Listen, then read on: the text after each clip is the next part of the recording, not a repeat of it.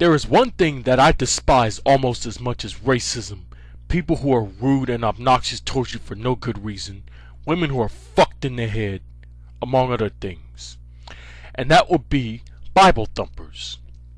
For those who are not in the know, Bible Thumpers are people who have extreme and adamant viewpoints of certain passages in the Bible. This next opponent in question, however, was more than simply a Bible thumper. He was a fucking prick on top of that. When I first met this dude, Brendon Cross, on Valentine's Day of 2013, along with a Ghanaian student I had a class with before he dropped it after one day, he seemed like a mild-mannered individual, real cool and all that good stuff. However, at one point when I sent him an invitation to Hooters, he basically told me that it was somehow ungodly and associated with the devil simply because, according to him, Hooters presents a quote-unquote depraved image of wanton indulgence, or whatever the fuck he said, something along those lines. This is where everything started to go downhill. Over the next several months, and by the fall of 2013, the bastard Cross then proceeded to chastise me for doing things that millions of people all across the planet do on a regular basis, whether it involves the Bible or not, including, but not limited to, flirting with members of the opposite sex, using profanity, staying up after midnight as if I'm a little kid with an assigned bedtime, being independent, and even being imperfect.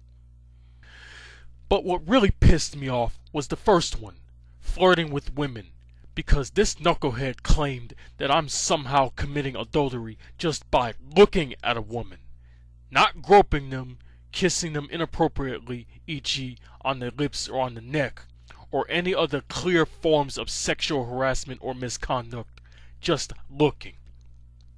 That by itself was enough to deny me membership from their weekly get-together called Devo, which is short for devotion, until I got my act together and met Cross and the Ghanaians' expectations.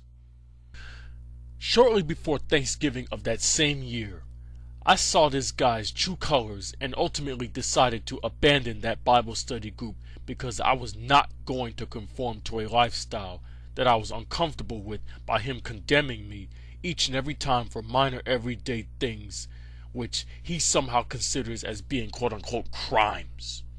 What pushed me over the edge, however, was when 2 months later, one of the girls in that group pettily deleted me off of Facebook following a lengthy argument in which she was basically kissing those two guys' asses, and after the fact I mentioned that she and I had shared a birthday.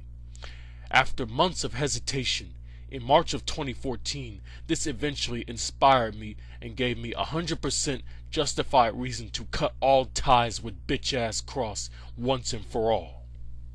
This failure and sorry excuse for a so-called friend has made it to Def Jam Plaguedom. My third avatar will promptly make mincemeat out of his bitch ass.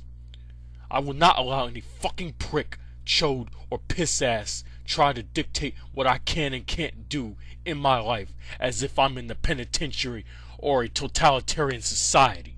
No, that's not gonna fucking happen. We are ready to get this started. I'm feeling this one tonight. You can't stack up to me. So how did a punk like you even end up in here?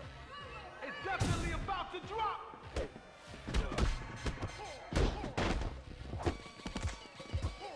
Step to me. Come on.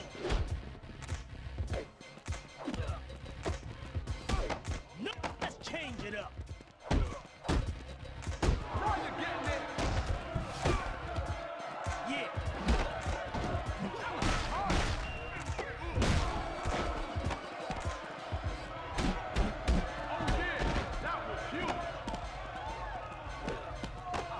Let's turn it up. All right.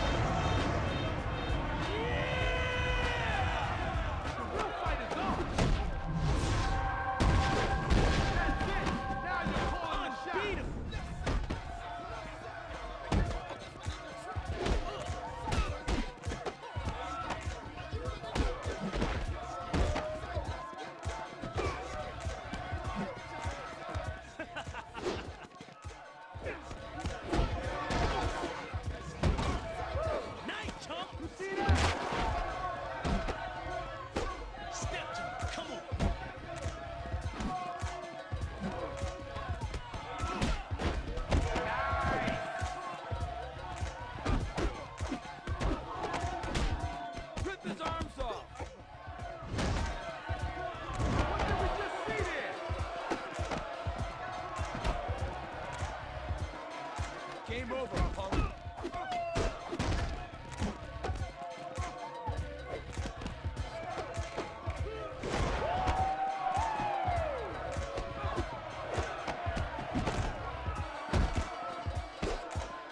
Putting you down for good.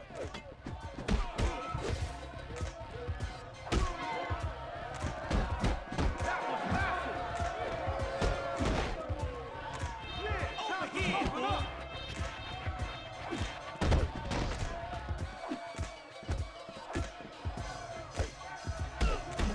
There you go. Do it up with the special.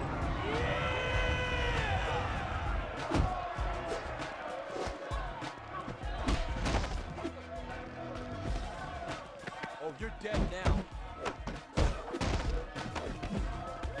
I'm gonna make you bleed.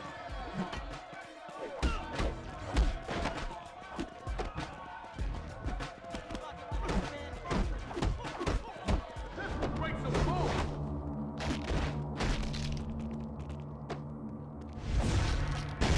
And that's why you just got your arm broken.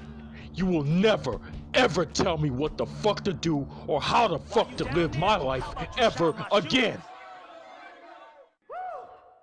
Laying some groundwork.